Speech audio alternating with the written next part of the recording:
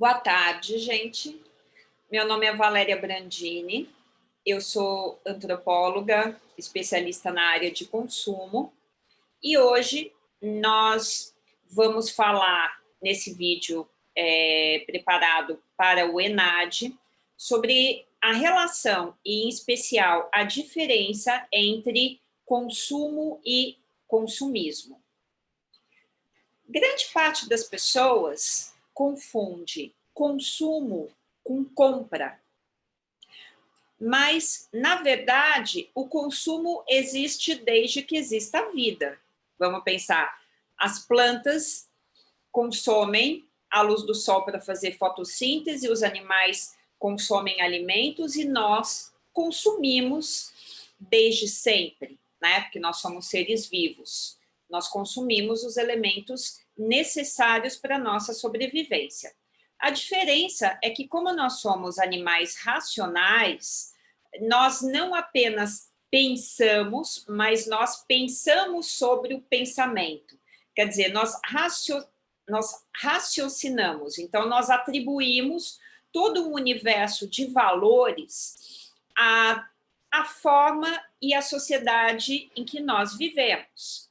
Então, o consumo, que é uma coisa que, vamos pensar nos primórdios da humanidade, ele servia para a manutenção da vida, né? O consumo de água, o consumo de alimentos, o consumo, a busca por algum espaço, né, um local que pudesse nos manter seguros em relação às intempéries do tempo, a animais selvagens, tudo isso que serviria para a nossa segurança e sobrevivência, ao longo do tempo, ao longo da formação das culturas, das diferentes culturas, o consumo começou a atuar de uma outra forma.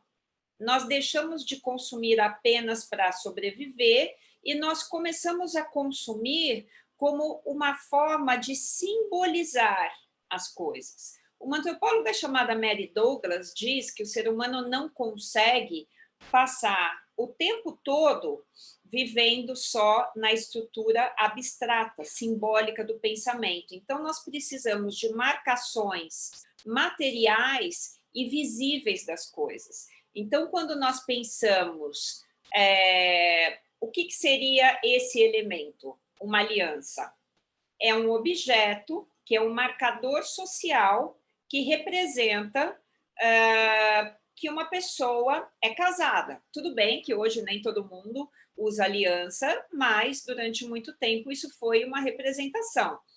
Entre as mulheres muçulmanas, muitas vezes o uso do chador, do lenço, também é uma representação de que aquela mulher é casada. Nós representamos, muitas vezes, a diferença de sexo dos bebês entre rosa e azul, embora isso já esteja caindo hoje em dia. Então, o consumo, ele deixou de ser um usufruto de elementos para a nossa sobrevivência e passou a ser um marcador social de elementos que representam as coisas importantes na nossa vida. Nós podemos ver que, por exemplo, os padres usam um hábito, os policiais, os bombeiros usam uma roupa específica, né? As crianças usam uniformes. Nós usamos objetos para nos marcar socialmente no mosaico social o tempo todo. E o que o consumo faz? Ele estrutura valores compartilhados na sociedade que regulam identidades, relações sociais e mapas culturais. Mary Douglas sempre disse que os bens são neutros, né?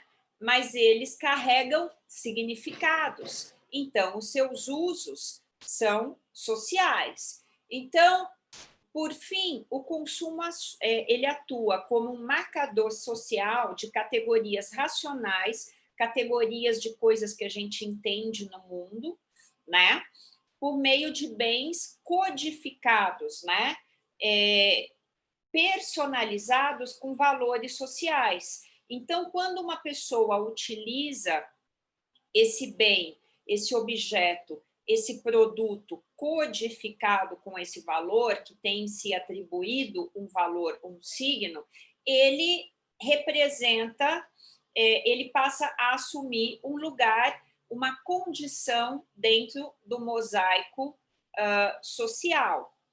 Então, isso é o consumo, esse marcador social de diferenças, de características, de hierarquias dentro de um grupo.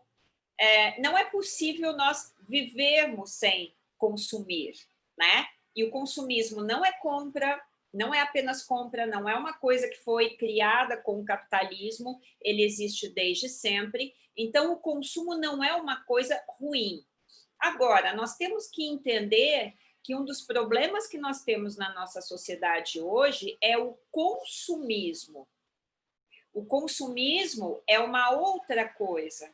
O consumismo, ele ocorre quando aqueles produtos que nos serviriam para todos esses usos que eu disse, para a marcação social e até para a manutenção da nossa sobrevivência, eles assumem uma função na vida das pessoas em que não são as pessoas que estão utilizando o consumo, mas é o consumo que domina a vida das pessoas. Então, é quando as pessoas começam a entender que ter uma quantidade cada vez maior de bens, de produtos, garantiria uma existência mais segura, né?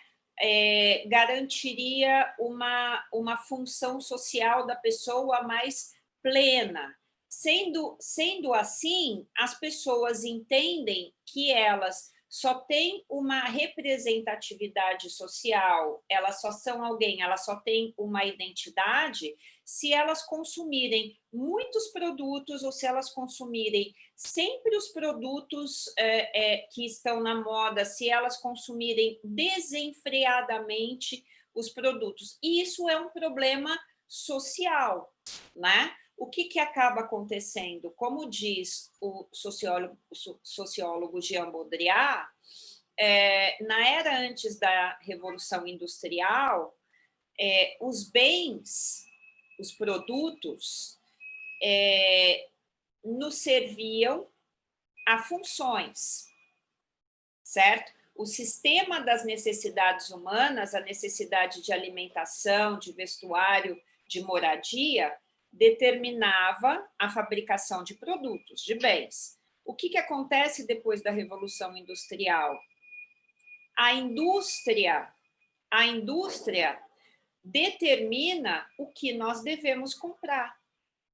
Então, com essa inversão de valores, né, e a partir de fenômenos de sistemas como a moda e a publicidade, nós temos o sistema, a sistematização de um consumo desenfreado como algo que vai nos satisfazer, que vai nos posicionar socialmente, que vai poder tapar buracos emocionais da nossa existência, e aí acaba tendo um buraco sem fundo. E as pessoas se endividam, as pessoas sentem que elas são inferiores se elas não consumirem determinados produtos. Então, o consumismo ele se torna um problema social e um problema individual, muitas vezes até uma doença, né?